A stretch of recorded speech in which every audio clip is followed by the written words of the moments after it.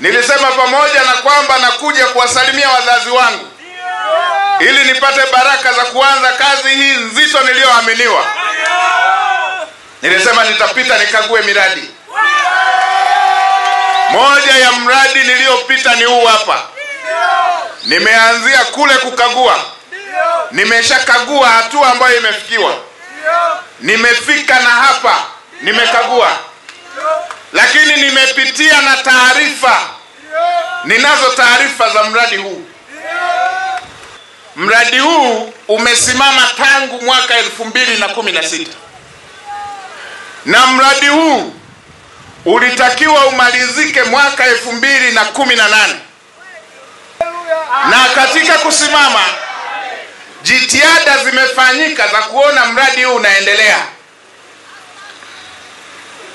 Mwanzoni kulikuwepo na majadiliano yanaendelea ya kisera kati ya mkandarasi na serikali. Serikali ikatatua mkwamo uliokuwepo. Kwa taarifa sahihi nilizonazo, mkandarasi akatangazwa kwamba amefilisika kule kwao. Hawezi kuendelea na mradi. Mahakama ya kule ikaelekeza mkandarasi yule ailipe Tanzania kwa sababu amecheleweshea mradi. Nikasikia zikaanza ngonjera hapo. Ngonjera. Nimepita pale nikauliza, huyu mkandarasi yuko wapi? Yuko wapi mkandarasi? Nimeambiwa wakandarasi wasaidizi wapo, lakini yeye hajafika. Nilikuwa namsikiliza mkandarasi msaidizi anasema hajaweza kufika kwa sababu ya ratiba.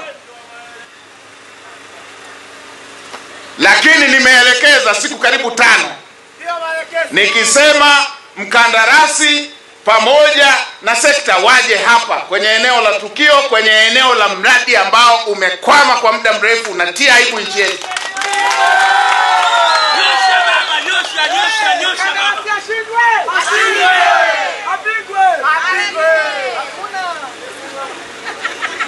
Moja, alijua amefilisika,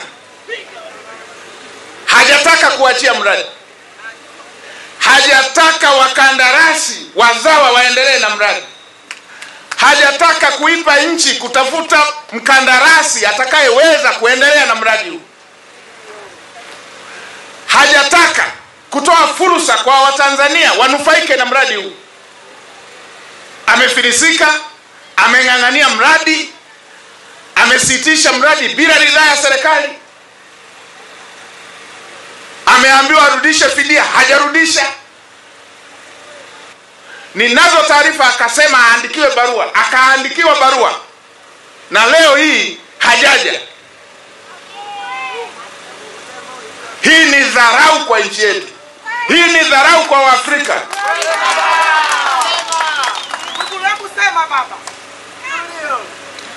Huku ni kuwahujumu vijana wa Kitanzania ambao wangepata kazi hapa. Huku ni kuhujumu uchumi wetu.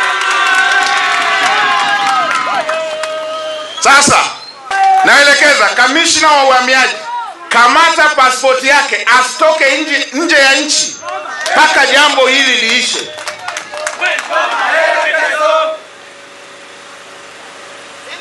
Hii ni hujuma ya wazi wazi. Hii ni dharau ya wazi wazi anaifanyia nchi yetu.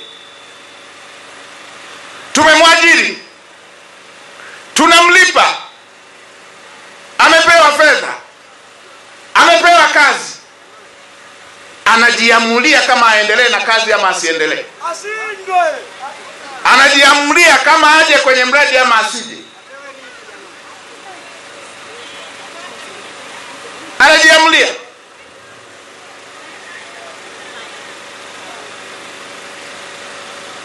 Huyu ni mhalifu, akamatwe na asitoke nje ya nchi mpaka jambo hili liishi.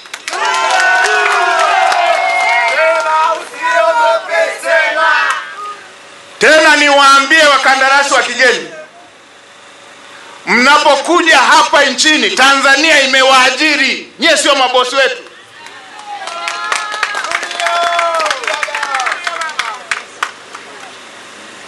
Anakuja kama anakuja kukagua vibarua wake, anaamua mwenyewe afike lini site.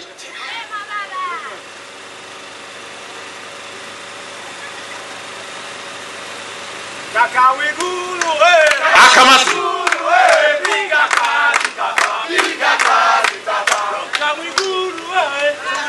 Anaelekeza. Na wale washirika wetu tunaoshirikiana kwenye mradi huu, ndani ya mwezi huu jambo hili liwe limeisha, watuambie wanaendelea ama hawaendelei.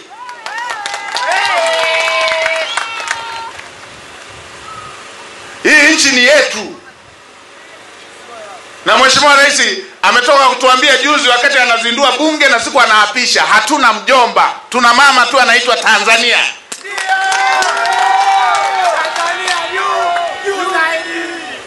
Na kama hawataendelea, Mheshimiwa Waziri, wapatie wakandarasi hawa wadogo waliokuwa ambao wamesubirishwa, wanababaishwa, wapatie wamalizie kazi.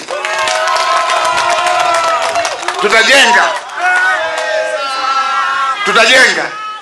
Na huu ndo mwanzo, tuanze kuwaamini wakandarasi wazawa. Na huyu ndo itakuwa somo, akamatwe na AG atafute kama hii hujuma yote hii aliyotuchelewesha miaka yote hii, na alitakiwa alipe fidia nchi yetu, hajalipa, kama haangukii kwenye hatia yeyote ya kuhujumu wa Tanzania na kuhujumu maisha ya Tanzania.